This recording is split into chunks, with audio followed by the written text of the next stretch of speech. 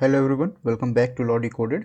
आज की इस वीडियो में हम लोग देखने वाले हैं ट्रांसफ़र ऑफ प्रॉपर्टी एक्ट। ठीक है, ये पार्ट 1 वीडियो होगा। एक्चुअली जो मैंने नोट्स प्रिपेयर किए, शॉर्ट नोट्स प्रिपेयर किए, वो काफ़ी लेंदी हो जा रहे थे। उनको वीडियो में कवर करने पर काफ़ी लेंदी वीडियो हो जा रही थी, जो कि आपके लिए भी ठीक नहीं रहेगा। कंसंट्रेट होकर के आप पढ़ नहीं पाएंगे, इसलिए इसको 2 पार्ट्स में डिवाइड कर दिया है। ठीक है, और जैसे कि आप लोग जानते हैं, ये IBPS एसओ लॉ ऑफिसर 2024 के इंटरव्यू की प्रिपरेशन का कोर्स है। कुछ बेसिक क्वेश्चंस हैं जो कि मुझे बार बार रिपीटेडली टेलीग्राम पे या व्हाट्सएप पे आ रहे हैं, उनको मैं सबसे पहले आंसर कर देता हूँ। नंबर 1, कुछ लोग मुझसे इस कोर्स की डेमो वीडियो के बारे में पूछ रहे थे। तो देखिए, डेमो वीडियो मैंने ऑलरेडी एक डाली हुई है, बट शायद कुछ लोग उसको देख नहीं पा रहे या क्या है पता नहीं। तो मैं एक काम कर रहा हूँ, ये जो पार्ट 1 है मैं इसको एज अ डेमो अपलोड करूँगा कि आपको क्या कंटेंट, किस तरीके का कंटेंट मिलता है। ठीक है, तो काइंडली इसको देखिएगा और डिसाइड करिएगा। सेकेंड जो क्वेरी मुझे बार बार आ रही है, जो मैंने 2 टियर रखे हुए हैं अपने मेंबरशिप में, पहला है वीडियोज़ ओनली एंड दूसरा है वीडियो प्लस PDF। तो यहाँ पर जो लोग ये पूछ रहे हैं कि वीडियोस ओनली में कैसी वीडियोस रहेंगी या वीडियो प्लस PDF में कैसी PDF अपलोड होंगी, तो मैं आपको बता देता हूँ, ये जो मैं वीडियो बनाने वाला हूँ, ये मैंने अपने PDF से, जो कि मैं शेयर करूँगा अपने पेड टेलीग्राम ग्रुप में, उसी से डायरेक्टली बनाई हुई है। तो आप देख लेंगे कि PDF का कंटेंट कैसा रहेगा। ठीक है, जनरली मैं क्या करता हूँ, जो वीडियो बनाता हूँ ओनली वीडियो पर्पज़ के लिए, वहाँ पर मैं ज़्यादा कंटेंट इन राइटिंग नहीं रखता हूँ अपने वीडियो में। ठीक है, बट ये मैंने सेम अपने PDF से ही वीडियो प्रिपेयर की है। शुरू करते हैं। जैसा ये आप लोग देख रहे होंगे, ये मैंने कुछ एक्स्ट्रा इन्फॉर्मेशन यहाँ जो दे रखी है, ये सारी चीज़ें, ये आपको वीडियोस ओनली में नहीं मिलेगा, ये सिर्फ आपको वीडियो प्लस PDF वाले टियर में ही मिलेगा। ठीक है, तो चलिए शुरू करते हैं। ट्रांसफ़र ऑफ प्रॉपर्टी एक्ट काफ़ी इंपॉर्टेंट एक्ट है। यहाँ से आपसे एटलीस्ट 1 या 2 क्वेश्चन तो आपसे ज़रूर पूछे जाएंगे इंटरव्यू में। ठीक है, तो this act is applicable primarily on transfer of immovable property from one living being to another. ठीक है, मतलब कि इंटर वाइवस ट्रांसफर होता है। ये इंपॉर्टेंट है, इसको ध्यान रखिएगा, ये टर्म बहुत इंपॉर्टेंट है। अगर आपसे टीपीए के बारे में कुछ भी पूछा जाता है कि किस तरीके का ट्रांसफर है, तो इसको मेंशन करना मैंडेटरी है। ठीक है, यहाँ से आपको मार्क्स सिक्योर होंगे। The transfer of property act does not defines the term movable property. ठीक है, ये आपसे जनरल क्वेश्चंस पूछे जा सकते हैं कि ठीक है, ट्रांसफर ऑफ प्रॉपर्टी एक्ट में बता दिया गया है कि क्या चीज़ इमूवेबल प्रॉपर्टी है, तो मूवेबल प्रॉपर्टी कहाँ पे डिफाइंड है। ठीक है, तो वो आपको जनरल क्लॉजेज एक्ट में मिल जाएगा, आपको रजिस्ट्रेशन एक्ट में भी मिल जाएगा। जनरल क्लॉजेज एक्ट में क्या है, movable property means property of every description except immovable property. ठीक है, रजिस्ट्रेशन एक्ट में क्या है, movable property includes property of every description excluding immovable property but including standing timber, growing crops and grass. ठीक है, तो इसको याद रखिएगा, ये आपको आंसर फ्रेम करने में काफ़ी हेल्पफुल होगा। ठीक है, जनरल क्लॉजेस एक्ट में आपका इमूवेबल प्रॉपर्टी भी डिफाइन की गई है। माइनर, टीपीए में माइनर की क्या पोजीशन होती है। Although a minor is not competent to be a transferor, मतलब कि माइनर जो है वो प्रॉपर्टी ट्रांसफर नहीं कर सकता, yet a transfer to a minor is valid. ठीक है, बट माइनर के फेवर में ट्रांसफर जो है वो वैलिड होता है। How property can be transferred, property can be transferred either orally or by writing. Immovable property having value of 100 rupees and upwards can be transferred only by way of a registered instrument. ठीक है, important. देखिए, ये सारी चीज़ें बहुत ही basic हैं। ठीक है, ये हो सकता है आपसे डायरेक्टली नहीं पूछी जाएंगी, बट कोई अगर आपसे हाइपोथेटिकल सिचुएशन रख करके कोई एक क्वेश्चन पूछता है, तो वहाँ पर आपको आंसर फ्रेम करने में बहुत हेल्पफुल होंगी ये सारी चीज़ें। आपसे ये क्वेश्चन भी पूछा जा सकता है कि अगर आप कोई प्रॉपर्टी को ट्रांसफ़र करते हैं, तो वहाँ पर क्या कोई रिस्ट्रिक्शन इम्पोज कर सकते हैं, एब्सोल्यूट रिस्ट्रिक्शन या फिर पार्शियल रिस्ट्रिक्शन। ठीक है, तो उसके बारे में टीपीए क्या कहता है, absolute restraint is generally void, generally void. ठीक है, जब आप पढ़ेंगे तो आप देखेंगे एब्सोल्यूट रिस्ट्रेंट जो है उसको वॉइड बोला गया है, बट एक्सेप्शन वहाँ पर दिया गया है। एक्सेप्शन क्या क्या है, इन केस ऑफ अ लीज। ठीक है, अगर आप लीज कर रहे हैं वहां पर भी आपका इंटरेस्ट का ट्रांसफर हो रहा है। Lessor can impose a condition that the lessee shall not sublet the property or sell his leasehold interest.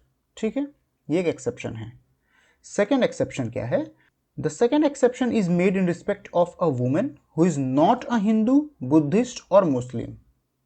In such a case, a condition to the effect that she shall not have power during her marriage to transfer the property is valid। ठीक है, ये आपसे पूछा नहीं जाएगा, ये lease वाली चीज आपसे पूछी जा सकती है। अगेन वही हाइपोथेटिकल सिचुएशन का एक क्वेश्चन दिया जाएगा, वहां पर आपको ये हेल्पफुल होगा आंसर देने के लिए।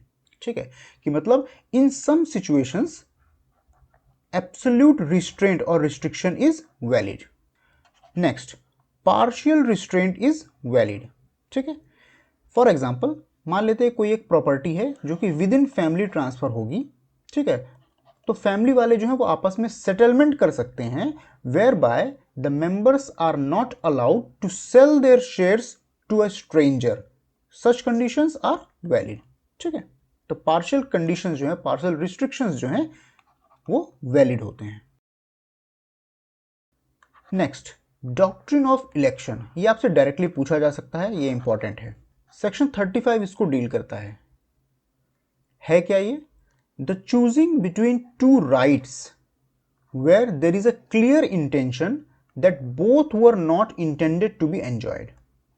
अ person not entitled to a direct benefit but to an indirect benefit under the transaction need not elect. ठीक है, दो डिफरेंट चीजें हैं। सबसे पहले समझिए इलेक्शन। ठीक है, इलेक्शन का मतलब ये है आपको बिटवीन टू राइट्स जो है वो एक किसी को चूज करना होगा। ठीक है, या तो आप सारी चीजें चूज करेंगे, एक्सेप्ट करेंगे, या फिर आप रिजेक्ट करेंगे या फोरफीट करेंगे। ठीक है, एक एग्जांपल से समझिए, the farm of Sultanpur is the property of C. ठीक है, and worth ₹800। A by an instrument of gift professes to transfer it to B, giving by the same instrument ₹1000 to C। ठीक है, C elects to retain the farm, he forfeits the gift of ₹1000। ठीक है, इस case में क्या होगा? C की एक प्रॉपर्टी है जिसको कि A, जिसके पास में राइट नहीं है उसको ट्रांसफर करने का, वो ट्रांसफर करता है through an instrument to B। ठीक है, जो प्रॉपर्टी है उसकी वैल्यू है ₹800। ए जो है ₹1000 के गिफ्ट के थ्रू इसको ट्रांसफर करता है टू बी, और ये जो 1000 है ये वो सी को देना चाहता है। यहां पर सी अगर इलेक्ट करता है to accept this gift, in that case वो इस ट्रांसफर को, इस प्रॉपर्टी के ट्रांसफर को रिजेक्ट नहीं कर सकता, उसे अलाउ करना पड़ेगा। ठीक है, तो मतलब आप सेम इंस्ट्रूमेंट के थ्रू अगर कोई एक बेनिफिट एक्सेप्ट कर रहे हो तो उससे रिलेटेड अगर कोई कंडीशन है उसे आपको परफॉर्म करनी ही पड़ेगी। तो यहां पर है, ये है डॉक्ट्रिन ऑफ इलेक्शन। और मान लीजिए अगर सी ने इलेक्ट किया टू रिटेन दिस प्रॉपर्टी, ठीक है, उसकी जो प्रॉपर्टी है उसको रिटेन करने का ही फैसला लिया, इलेक्शन किया। इस केस में बी जो है, जो कि एक ट्रांसफरी होता, अगर ये प्रॉपर्टी ट्रांसफर होती तो बी जो है यहां पर कहलाएगा डिसअपॉइंटेड ट्रांसफरी। ठीक है, और he is eligible for compensation. Compensation वो किससे रिसीव करेगा? From A. आई होप कोई डाउट नहीं होगा। Next, transfer by ostensible owner or doctrine of holding out, section 41 है, ये भी इंपॉर्टेंट है। ठीक है, आपसे डायरेक्टली पूछा जा सकता है। तो यहां पर देखिए, where a person is the ostensible owner of property and transfers the same for consideration with the consent of the persons interested in such immovable property, then the transfer shall not be voidable on the ground that the transferor was not authorized to make it, provided that the transferee has acted in good faith and has reason to believe that transferor had power to make the transfer। सबसे पहला जो question आता है, what is ostensible owner? ठीक है, ostensible owner आप इस तरीके से समझिए, a person who has the right to deal with the property but he is not the owner of the property। ठीक है, उसे हम कहेंगे ऑस्टेंसिबल ओनर। वो पर्सन अगर representing him to be owner of the property, अगर वो property किसी को सेल आउट कर देता है with the consent of the actual owner, in that case property जो है वो ट्रांसफरी को वेस्ट हो जाएगी, मतलब ट्रांसफरी को ट्रांसफर हो जाएगी, और वहां पर जो ओनर है, जो एक्चुअल ओनर है, he shall not be allowed to take the plea that the transferor, that the ostensible owner was not authorised to make such transfer. ठीक है, कोई भी डाउट नहीं होना चाहिए, बहुत ही सिंपल सा डॉक्ट्रिन है। अच्छा, इसको डॉक्ट्रिन ऑफ होल्डिंग आउट भी कहा जाता है, इसको ध्यान से याद कर लीजिएगा। होल्डिंग आउट क्यों? कि एक बार जो एक्चुअल ओनर है अगर वो अलाउ कर देता है ट्रांसफर को, तो वो फिर बैकआउट नहीं कर सकता है। ठीक है, doctrine of fraudulent transfer section 53 very important, क्योंकि ये बैंक्स के केस में एप्लीकेबल होता है। Where a person transfers his property, क्यों? So that his creditors shall not have anything out of the property, the transfer is called a fraudulent transfer। ठीक है, बहुत ही इंपॉर्टेंट है। Such transfer will be voidable at the option of the creditor। ठीक है, at the option of creditor such transfer shall be voidable। Next, transfer of property pending suit relating thereto। ठीक है, doctrine of lis pendens section 52 somewhat important है ये। ठीक है, अगर कोई एक ऐसा सूट है जहां पर right to immovable property is directly and specifically in question है, ये टर्म बहुत इंपॉर्टेंट है। अगर आपसे ये डॉक्ट्रिन पूछा जाता है और आपने ये नहीं बोला तो फिर कभी भी आपको फुल मार्क्स नहीं मिलेंगे। ठीक है, अगर कोई ऐसा सूट है या प्रोसीडिंग है wherein right to immovable property is directly and specifically in question, ठीक है, इस केस में कोई भी पार्टी जो है इस प्रॉपर्टी को ट्रांसफर नहीं कर सकती है without the permission of the court. Next, अब हम जल्दी से देख लेते हैं सेल के बारे में। सेल जनरली पूछा नहीं जाता है इंटरव्यू में। इंटरव्यू से अगर क्वेश्चंस बनते हैं तो जितने भी टॉपिक हमने ऊपर पढ़े वहां से, या फिर मॉर्टगेज से बनते हैं। ठीक है, उसके बाद में आपसे डिफरेंसेस भी पूछे जा सकते हैं डिफरेंट कॉन्सेप्ट से, वो हम लोग नेक्स्ट वीडियो में देखेंगे। सेक्शन 54 सेल, कुछ एसेंशियल्स हैं इसके। The seller must be a person competent to transfer, और जो खरीदने वाला होगा buyer must be any person who is not disqualified to be the transferee. ठीक है, बहुत ही बेसिक सा है। The subject matter is transferable property, जो भी सब्जेक्ट मैटर ऑफ ट्रांसफर है वो एक ट्रांसफरेबल प्रॉपर्टी होनी चाहिए। ठीक है, there is a transfer of ownership, sale में हमेशा ट्रांसफर ऑफ ओनरशिप होता है। This feature distinguishes a sale from mortgage, lease etcetera where there is no such transfer of ownership. अब यहां पर कुछ लोग हो सकते हैं वो बोलेंगे भाई इंग्लिश मॉर्टगेज जो मेरा होता है वहां तो एब्सोल्यूट ट्रांसफर होता है, तो फिर यहां पर आपने क्यों लिख दिया कि this feature distinguishes a sale from mortgage? बिल्कुल होता है, इंग्लिश मॉर्टगेज में एब्सोल्यूट ट्रांसफर की कंडीशन होती है, बट वहां पर आप देखेंगे तो वहां पर एक और कंडीशन होती है, to retransfer on account of payment. Payment आप कर देंगे तो वो रीट्रांसफर हो जाएगा, तो वहां पर एब्सोल्यूट ट्रांसफर जैसी कोई चीज नहीं होती है थ्रू आउट द मॉर्टगेज। ठीक है, वो एक कंडीशन होती है। तो मैंने यहां पर आपको सेल और इंग्लिश मॉर्टगेज में एक छोटा सा डिफरेंस भी बता दिया। Next, it must be an exchange for a price paid और प्रोमिस्ड और part paid and part promised, मतलब यहां पर प्राइस इंवॉल्व होता है, मतलब कंसीडरेशन इंवॉल्व होती है। ठीक है, there must be present a money consideration. If the consideration is not money but some other valuable consideration, it may be an exchange or barter but not a cell.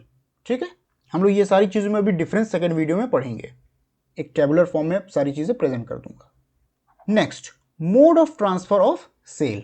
In case of a tangible property, if the value of the property is ₹100 और more, वहां पर क्या होगा? Through a registered instrument ही transfer हो सकता है, sale हो सकता है। If the value of the property is less than ₹100, वहां पर by way of registered instrument भी हो सकता है और बाय डिलीवरी ऑफ प्रॉपर्टी भी सेल हो सकती है। इन केस ऑफ इंटेंजिबल प्रॉपर्टी और रिवर्जन, वहां पर ओनली रजिस्टर्ड इंस्ट्रूमेंट के थ्रू ही सेल हो सकती है। ठीक है, तो इसको याद रखिएगा, खास करके ये एरिया बहुत इंपॉर्टेंट है। Next very important, mortgage, very very very important. यहां से क्वेश्चंस जरूर आते हैं और जनरली जो है डिफरेंसेस से आते हैं, या आपसे पूरा पूछ लिया जाएगा कि भाई आप सब कुछ मुझे बताइए कितने टाइप्स के मॉर्टगेजेस होते हैं। ठीक है, तो आपको इनके सबसेक्शंस भी याद रखने पड़ेंगे, B C D E F G. ठीक है, याद रखिएगा।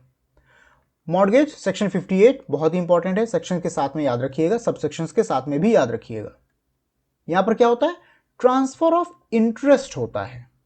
ठीक है, ट्रांसफर ऑफ इंटरेस्ट होता है किसमें, on immovable property, and such immovable property should be specifically mentioned. क्यों होता है ये इंटरेस्ट का ट्रांसफर, to secure the payment of loan. ठीक है, लोन का मतलब यहां पर मेरा है मॉर्टगेज मनी से। ठीक है, मतलब as a security against repayment of mortgage money होता है ये। क्लियर। नेक्स्ट, कितने टाइप्स के होते हैं, सबसे पहला है सिंपल मॉर्टगेज। ठीक है, डिस्टिंग्विशिंग फीचर क्या है, यहां पर ओनरशिप एंड पोजेशन का ट्रांसफर नहीं होता है, ये सारे मॉर्टगेजर के पास में ही रहते हैं। बट क्या होता है यहां पर, मॉर्टगेजर जो है वो पर्सनली बाइंड होता है टू रीपे द डेट। यहां पर मॉर्टगेजर की पर्सनल लायबिलिटी होती है, ये डिस्टिंग्विशिंग फीचर है इसका। And in the event of default, mortgagee shall have a right to cause the mortgaged property to be sold। ठीक है, ये हो गया हमारा सिंपल मॉर्टगेज। नेक्स्ट है मॉर्टगेज बाय कंडीशनल सेल। यहां पर एक डिस्टिंग्विशिंग फीचर क्या है, मॉर्टगेजर जो है वो ऑस्टेंसिबली सेल्स द प्रॉपर्टी। ठीक है, नाम ही है कंडीशनल सेल, तो यहां पर already ostensibly sells the property. ठीक है, on a condition that on default on a certain date, यहां पर डेट फिक्स रहती है, the sale shall become absolute। ठीक है, और on a condition that on such payment being made the sale shall become void। ठीक है, conditional cell है मेरी, मतलब ऑन अ सर्टेन डेट अगर मैंने आपको पेमेंट कर दिया तो the sale shall become void, और अगर मैं पेमेंट नहीं कर पाया तो दिस ऑस्टेंसिबल सेल जो है शैल बिकम एब्सोल्यूट। ठीक है, the condition must be embodied in the document, ये इंपॉर्टेंट है, ये कंडीशन जो है ये जरूरी है कि वो मॉर्टगेज डॉक्यूमेंट में होनी चाहिए। यूजुफ्रक्चुरी मॉर्टगेज, मॉर्टगेजर डिलीवर्स पोजेशन। यहां पर यूजुफ्रक्ट जो होता है मतलब कि बॉडी। ठीक है, तो यूजुफ्रक्चुरी मॉर्टगेज में क्या होता है, मॉर्टगेजर डिलीवर्स द पोजेशन, और क्या करता है, ऑथराइजेज हिम का मतलब mortgagee, to retain such possession until payment of the mortgage money and to receive the rents and profits accruing from the property. Next है आपका English mortgage, transfers the mortgaged property absolutely to the mortgagee with a condition that the mortgagee shall retransfer it to the mortgagor upon payment. ठीक है, मैंने आपको already पहले ही बता दिया है। यहां पर mortgagor binds himself to repay the mortgage money on a certain date. ठीक, mortgage by deposit of title deeds, जिसको कि हम लोग इक्विटेबल मॉर्टगेज भी कहते हैं, ये बहुत ही इंपॉर्टेंट टर्म है, इसको याद रखिएगा। ये आपसे इक्विटेबल मॉर्टगेज बोल करके भी पूछा जा सकता है। ठीक है, यहां पर क्या होता है, the mortgagor delivers to a creditor or his agent documents of title to immovable property, जो भी जमीन जायदाद के जो भी कागज हैं, डीड्स वगैरह हैं, वो यहां पर डिलीवर कर देता है। ठीक है, क्यों, with intent to create a security thereon. ठीक है, इंपॉर्टेंट है ये term, with intent to create a security thereon. ठीक है, जनरली ये स्टार्टिंग में कलकत्ता, मद्रास एंड बॉम्बे में ही एप्लीकेबल था सिर्फ, लेकिन वहां पर यह भी बोला गया है कि state government through a notification जो है वो किसी पर्टिकुलर स्टेट में भी इसको अप्लाई कर सकती है। आज की डेट में मुझे जहां तक लगता है कि ये ऑलमोस्ट सारे ही स्टेट में है। उसके बाद में आता है हमारा एनोमैलस मॉर्टगेज। एनोमैलस मॉर्टगेज क्या होता है, ऐसा मॉर्टगेज जो कि ना तो पूरी तरीके से सिंपल मॉर्टगेज है, ना ही मॉर्गेज बाय कंडीशनल सेल, ना यूजुफ्रक्चुअरी मॉर्गेज, ना इंग्लिश मॉर्गेज, ना ही इक्विटेबल मॉर्गेज।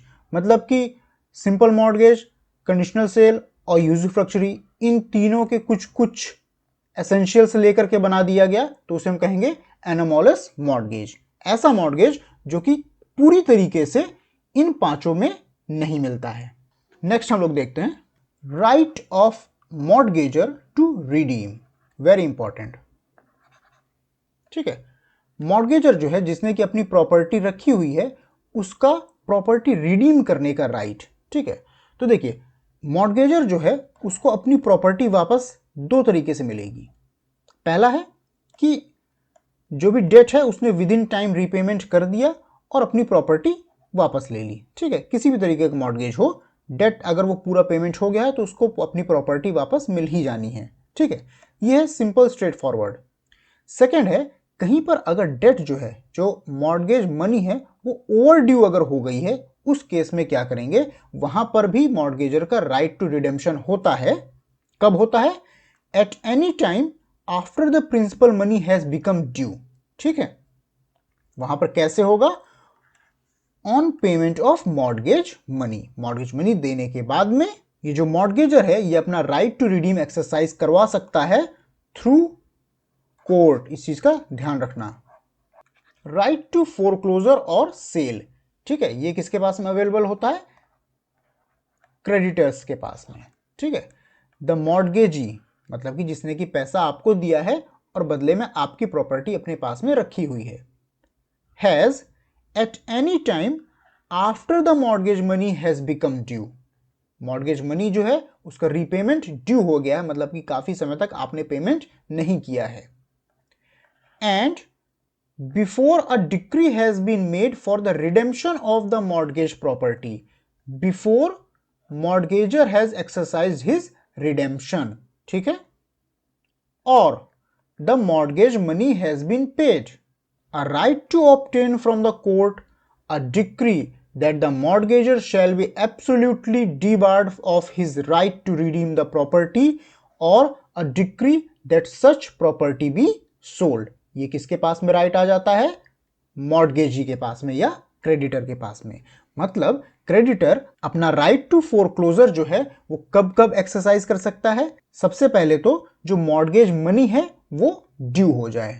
ठीक है, एंड ध्यान दीजिएगा, एंड है यहां पर, और नहीं है। एंड में दो कंडीशन है।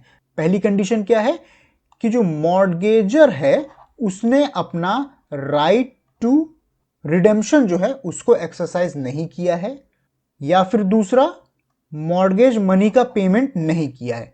इन दोनों से पहले जो क्रेडिटर है वो कोर्ट में जाकर के डिक्री ले सकता है कि मॉर्गेजर को उसका राइट टू रिडेम्पशन एक्सरसाइज करने से रोका जाए या फिर जो प्रॉपर्टी है उसको बेचने का आदेश दिया जाए। ठीक है, और ये जो सूट होता है जो कि क्रेडिटर फाइल करेगा, इसे हम कहते हैं सूट फॉर फोरक्लोजर।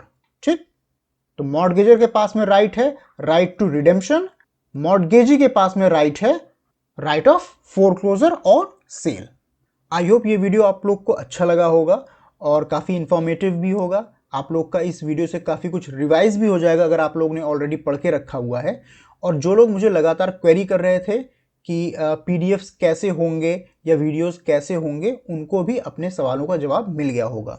जो ओनली वीडियो वाला जो टियर है उसमें ये सारी चीज़ें जो मैं इतना आपको लिख करके ये सब बता रहा हूँ, ये सब वीडियो में नहीं रहेगा। ठीक है, ये वीडियो क्योंकि वीडियो प्लस पीडीएफ वालों का है, इस वजह से यहाँ पर इतना ज़्यादा कंटेंट इन राइटिंग है। मैं चीज़ें बताऊंगा आपको सिर्फ बोल करके, बट आपको इन राइटिंग ये सारी चीज़ें उस वीडियो में नहीं मिलेंगी।